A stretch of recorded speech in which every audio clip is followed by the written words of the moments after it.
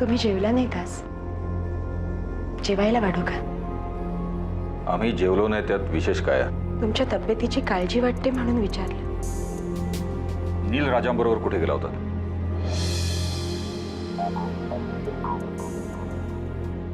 नील भाऊजी या घरापासनं आपल्यापासनं मनाने खूप दूर गेले. त्यांना परत या घरात आणण्यासाठी मानसिक आधाराची गरज आहे. मोठी बहिणी या नात्याने मी सुद्धा तोच प्रयत्न करते. कुठे गेला होता? जिथे नील भाऊजी घेऊन गेले. तुम्ही का गेला होता? त्यांना परत घरी आणण्यासाठी. ते कुठे जातात, कुठे राहतात, काय करतात आपल्यालाही माहिती व्हायला हवं ना. बहुधा तुम्हाला स्वतःची कर्तव्य आणि मर्यादा यांचा विसर पडलेला दिसतोय. तुम्हाला काळजी करायचं काही कारण नाही. या घरात कोण कुठे आणि कशासाठी जातो हे आम्हाला पूर्णपणे माहिती असतं.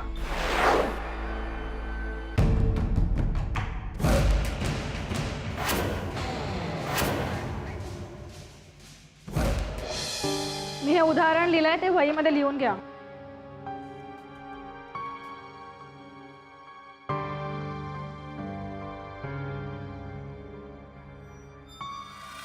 निर्णय असा लागलाय की रणवीर राजे शिर्के यांनी शाळेसाठी देऊ केलेली मदत आपण स्वीकारावी.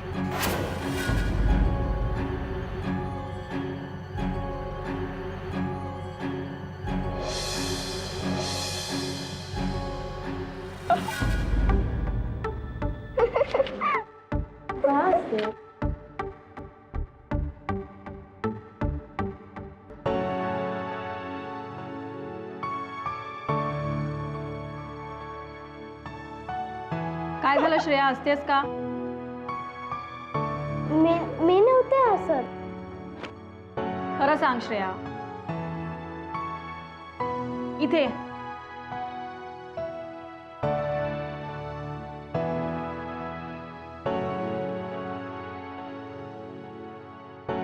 काय झालं, का हसतेस? मी काय विचारते श्रेया, हसत का होतीस? ओरडणार नाही ना? नाही ओरडणार, सांग. तुमचं गणित चुकतं.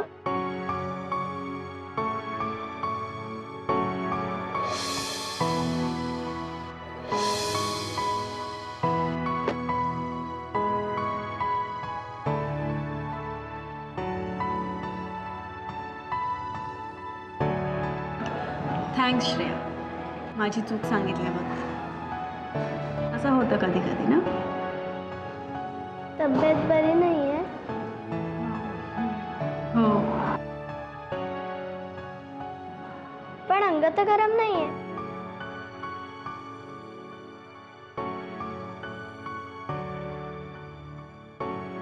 श्रेया, आपलं शरीरच आजारी पडतं असं नाही. कधी कधी आपलं मनही आजारी पडतं. या, हे मला माहितीच नव्हतं. कळलं ना आता? जाऊन बस.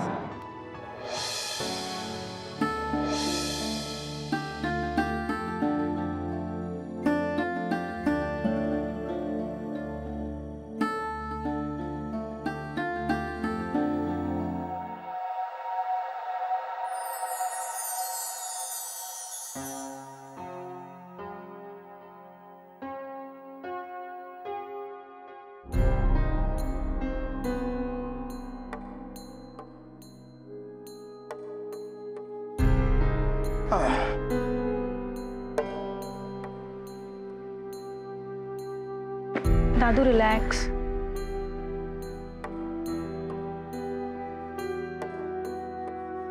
काय झालं बाबा? तब्येत बरी नाही? एक कप कॉफी आणतेस? आणते दादू.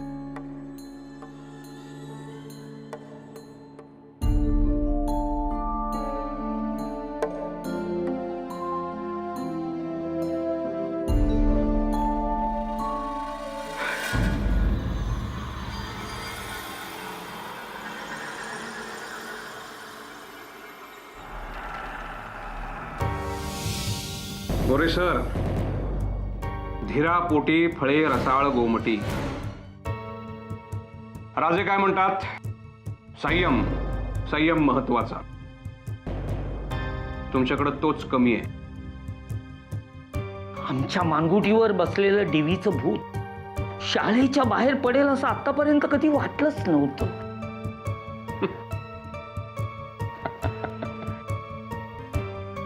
मोरे सर, तुम्हाला काय वाटतं याच्यापेक्षा राजांना काय वाटतं हे जास्त महत्वाचं नाहीये का? नाही, त्यांना वाटलं जर तुम्ही मुख्याध्यापक व्हावं तर तुम्ही मुख्याध्यापक झालात असं समजा. म्हणून तर आज एक खास बातमी घेऊन आलोय. नमस्कार सर. बोला मोरे, काय खास बातमी आहे? राजे, एक आनंदाची बातमी आहे. डीवीच्या साम्राज्याला आज पहिल्यांदा सुरुंग लागलाय. तुमच्या सांगण्याप्रमाणे जवळजवळ सगळा स्टाफ आज त्यांच्या विरोधात आहे. शाबास. कालपर्यंत डीवीला परमेश्वर मानून त्यांचा शब्द झेलण्यासाठी तयार असलेला स्टाफ आज त्यांचा एक शब्दही ऐकायला तयार नाही. आम्ही दिलेल्या मदतीचं काय झालं? मी स्वतः पुढाकार घेऊन ती मदत त्यांना घ्यायला भाग पाडली. पहिली लढाई तर आपण जिंकलोय. आता फक्त तुमच्या आदेशाची वाट पाहतोय. गड, आता पुढच्या तयारीला लागा. डीवींच्या नंतर मुख्याध्यापक पदाची जबाबदारी तुम्हाला पेलायची आहे.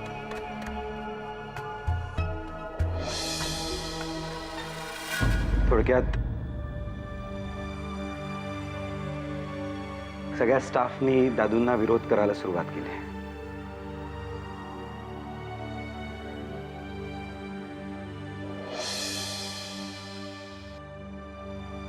इतकं खचलेलं मी दादूंना कधीच पाहिलं नव्हतं. देव, मला वाटतं जे काय झालं ते चांगल्यासाठीच झालंय. काका, काय बोलतोयस तू? बाबांनी यापुढे स्टाफच्या म्हणण्याप्रमाणेच वागावं. निदान त्यामुळे राजेश शिर्केंबरोबरचं शत्रुत्व तरी संपेल. तसं नाहीये काका. दादूंच्या जवळची माणसं त्यांना प्रश्न विचारतायत, ह्याचं दुःख नाहीये त्यांना. किंवा त्यांना चुकीचं ठरवतायत, यालाही त्यांची काही हरकत नाहीये.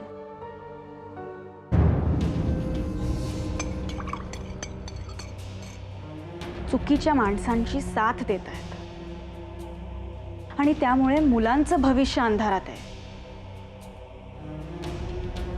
याचं त्यांना जास्त दुःख आहे.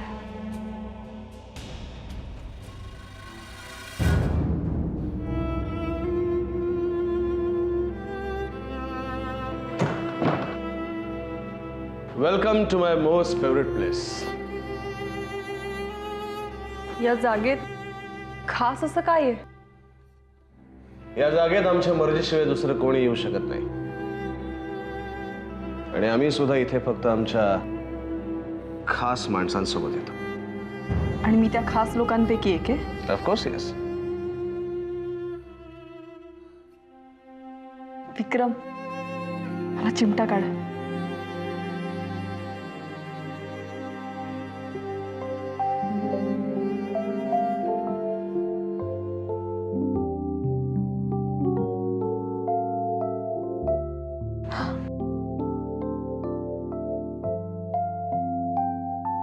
मला माहितीये तुझा विश्वास बसत नाहीये, पण ही गोष्ट खरी आहे. मी अजूनही स्वप्नातच आहे. आपण दोघं एकमेकांच्या इतक्या जवळ. काही तासांपूर्वी आपण 5 स्टार मध्ये डिनर केलं. I can't believe it. Vikram, माझं स्वप्न आहे. मला ते सारं मिळायला हवं जे देशमुखांच्या घरी मला नाही मिळत. जी स्वप्न सहज पूर्ण होतात श्रावणी, ती कधी कधी फसवी ठरतात. कधी कधी, नेहमीच नाही. हे तर खरं आहे ना?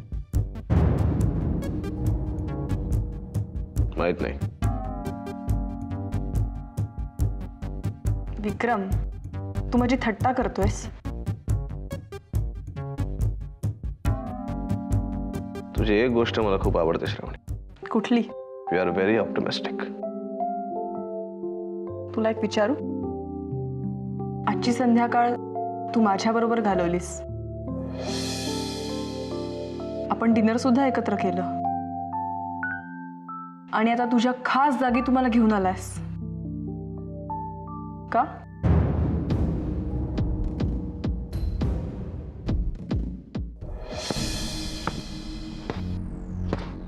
काय रे, कुणावर रागवलाय सोडा?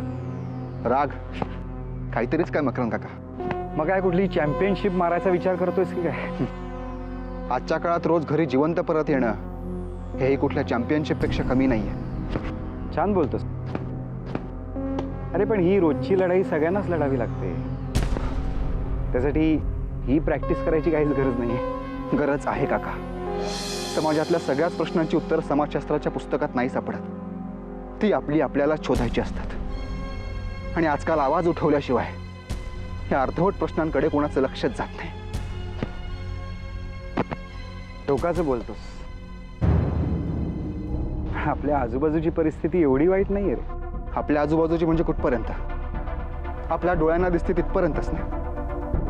तुमच्यासारख्या आपल्यासारखे शिकलेल्या लोकांचं जग इथपर्यंतच असतं. पण त्या लोकांच्या लढ्याचं काय, जे आपल्यापासून हजारो कोस दूर आहेत. मी तुझा मुद्दा नाकारत नाही, पण प्रत्येकाचा आपापल्या आयुष्याकडे बघण्याचा दृष्टिकोन असतो. हो, पण हा दृष्टिकोन ठरवतो कोण? आपणच. नाही काका, हा दृष्टिकोन येणारी परिस्थिती ठरवते. बापरे, तू काय ठरवलं?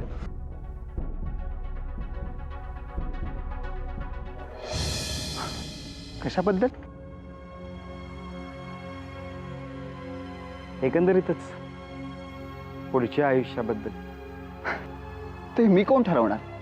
येणारी परिस्थितीच ठरवेल. एनिवेज, मी माझी प्रॅक्टिस कंटिन्यू करतो. Because practice makes man perfect, right?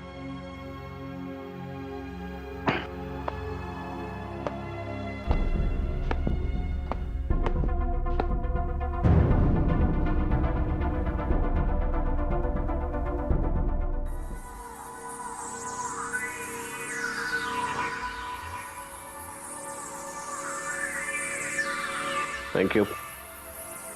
श्रावणी, तुला असं नाही वाटत तुझ्यासारख्या मुलींनी दारू पिणं योग्य नाही? I think you shouldn't do this. तुला चांगलं वाटत नसेल तर मी असं नाही करणार.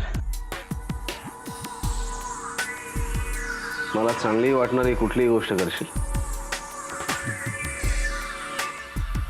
का नाही?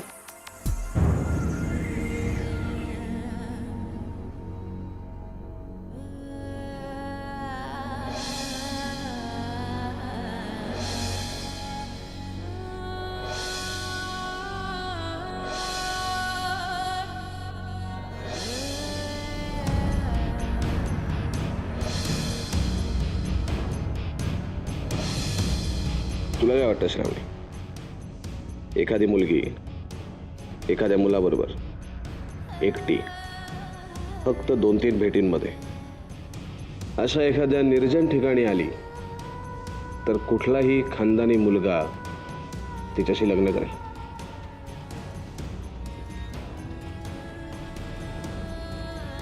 अशा मुली कॅरेक्टरलेस नसतात. Yes, you are right. पण आम्हाला नाही असं वाटतं. आम्हाला असं वाटतं की तुझ्यासारख्या छोट्या लहान घरातून आलेल्या मिडल क्लास लोकांची मानसिकता असते अशी. नाही, आय मीन मिडल क्लास वाल्यांसारखा विचार करणारी मी नाहीये. नक्की? अरे शुअर? येस.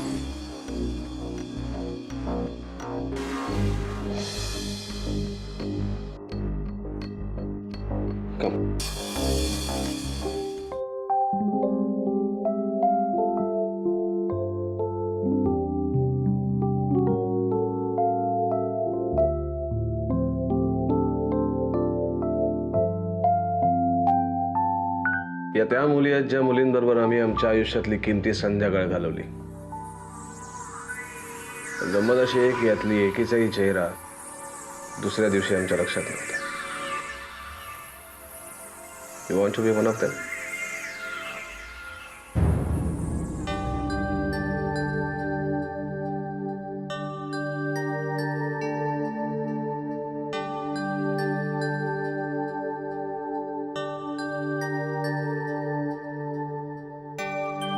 गोळ्या.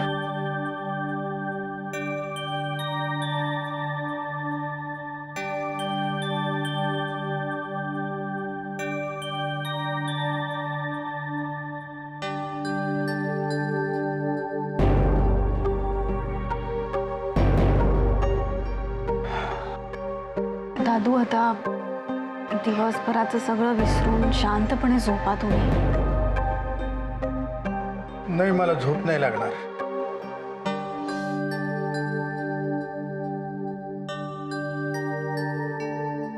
ते जरा त्या राजेश शिर्केंचा नंबर मला जरा फिरवून दे बरं. दादू, आत्ता नको ना, खूप रात्र झाले. उद्या सकाळी फोन करा ना. मी शांत झोपावं असं वाटतंय ना तुला, मग फोन लाव.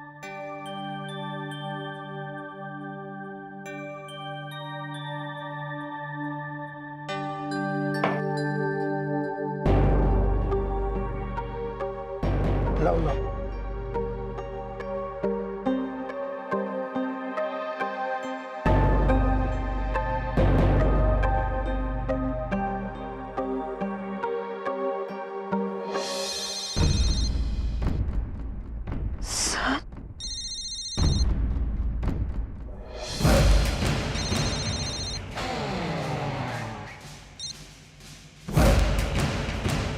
मी देवी देशमुख बोलतोय. नमस्कार सर. आज स्वतःहून फोन केलात, असं भाग्यच म्हणायला हवं. काय विशेष? पुन्हा असा रडीचा डाव खेळू नका हे सांगण्यासाठी फोन केलाय. तुमचा आमच्याबद्दल काहीतरी गैरसमज झालाय सर. आमचा स्टाफ आमच्या विरोधात उभा करून 4 समजुतीच्या गोष्टी डुड्डाचार्यासारख्या तुम्ही आम्हाला सांगताय. शाळेमध्ये जे काय झालं ती त्या शिक्षकांची प्रतिक्रिया होती सर. पण क्रिया घडल्याशिवाय प्रतिक्रिया उमटत नाहीत रणवीर राजे. तुमचा आमच्या बोलण्यावर विश्वास नसला तरी तुमच्याबद्दल आम्हाला आणि प्रियदर्शनींना आजही नितांत आदर आहे. यापूर्वी आणि आता घडलेल्या प्रकारामध्ये आमचा काही दोष नाही आहे सर. मी तुम्हाला दोष देण्यासाठी फोन केलेला नाही, एवढंच सांगण्यासाठी फोन केला की इथून पुढं वार करायची इच्छा झाली तर समोर छातीवर वार करा. हा देवी देशमुख तुमचे वार झेलण्यास समर्थ आहे, पण पाठीवर वार करू नका. ते राजे शिर्के घराण्याला शोभत नाही. हे बघा,